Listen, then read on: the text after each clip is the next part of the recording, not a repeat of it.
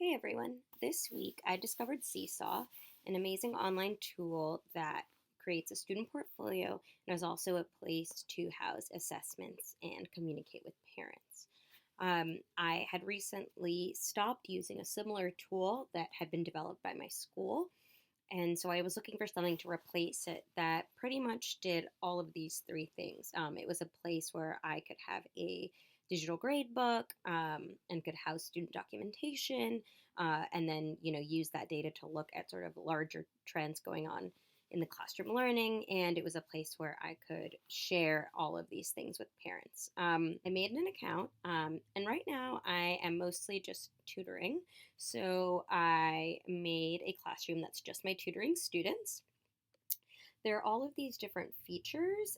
Journal seems like it's a place where you can kind of have an overview of all the assignments. I just made one right now. This is just the one thing we're seeing. I like that at the top you can also go over to do it like a calendar view. And so it looks like we can browse by the dates where things are due, which is obviously really helpful too. I'm someone who often thinks chronologically and I arrange my things chronologically. So this view would be really useful for me. And I could see myself using this a lot. Um, so here are some of the students that I tutor. I added some of their names in, and you'll see that there is just one item associated with the student, which was the one that I uploaded. So when you go to activities, this is actually where you can really quickly and easily add activities. So you can either post student work, assign an activity to multiple students, or send an announcement to all the students. To create this writing reflection activity, I went to add and assign activity. There's an awesome library that different teachers can contribute to. So it's great. There are all kinds of pre-made activities right there. This is something that I used to do at my old school where teachers would have access to all of the activities that past teachers had made. And so this really was such a rich resource library. And I'm really glad to see that Seesaw has this too. And, there are different subject areas you can search. Looks like there's some feature things at the top. So just like a lot of great things where you can definitely get started with activities. There's my library where you can save things to your own library. Mine's going to be empty as of right now because I haven't added anything. I haven't made any collections yet. But going back to class, good. Add, let's see, a sample activity. So sample activity. What I like is that there are voice instructions. This would definitely be helpful with younger students, those that might struggle reading. And then, you can add more pictures or attach other things to the example, again, to provide a model or to provide further detail for students who might need it. There's also a template. So you can have students be able to give their documentation in a certain way. Let's say for this one, I want students to add a drawing. So you can create a template so that students could add on top of it. Let's say they're doing a self-portrait. You could add like a very simple face. This could be the self-portrait. Sorry, I'm not much of an artist. And so this is attached to the card so they can open this and access this as a part of their template. So then I'll save that, and then I assign it to students.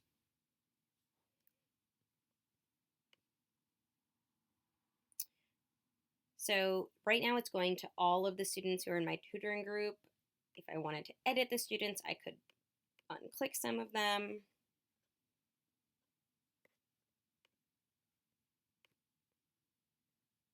And then there, it's done and it's assigned.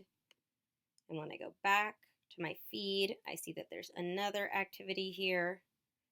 And once students upload things, it'll go into the journal, which is like inbox is where you can communicate with students or parents. Right now, there's nothing in there because I haven't communicated with parents, but this would be extremely helpful, especially if you want to send pictures and direct samples of activities to parents. I right now only communicate with parents through email, and I'm honestly thinking that that's the best way to communicate with parents, because I often find that if there are too many modes of communication, things can get a little confusing. You might send things through one channel and it's not opened by the parents. And so, because I want to keep a streamlined sort of process right now, I'm going to continue sending email updates to my parents. But if this was something that I really wanted to incorporate into like a classroom setting and make my primary mode of communication, then I'd be really glad that I can attach all of the activities and assessments to the parent communication directly. That's what I did at my last school, and it was really, really helpful. And parents loved seeing the pictures of their kids' work. So skills are the ways that you can grade the different student assignments, and unfortunately this isn't free. You have to upgrade to Seesaw Pro to be able to do this, but I was able to get a free 60-day trial, so I can go back to the activities and show you what this. So adding skills, so this is what it looked like when I created the skill. I put writing reflection. You can add a quick code to it, I believe, that just helps you find it faster. And I think I just said something like RI1. What I noticed that I wish would be better about this is there's nowhere to sort of add preloaded standards. So, for example, if your school uses the Next Generation Science Standards or Common Core Standards, there isn't a place where you can pick from a library of standards that quickly fills in. Because this is a new account with with just like all brand new information, I have to make all of these by hand, and it seems pretty tedious, especially if there are already code or standards that other teachers at your school or teachers around the country are using that you would want to use too. And just like with the library of materials, you can always find it really inspiring to see what other teachers are doing. For me, I know I would love to see different social emotional skills that teachers are adding. And so it feels a little limiting that, you can only kind of add your own in this kind of slow, not very efficient way. So, you can add English, category literacy. You can say student reflects on their writing rubric. Let's say it's assessing the use of a rubric.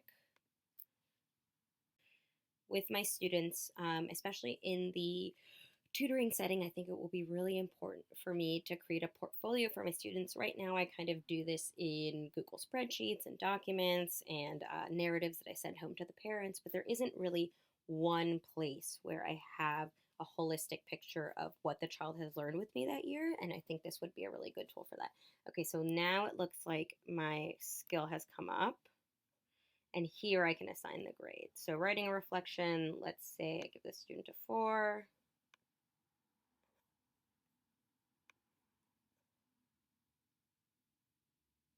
And I press done. Like I said, I'm new at this, and there are different students doing different activities.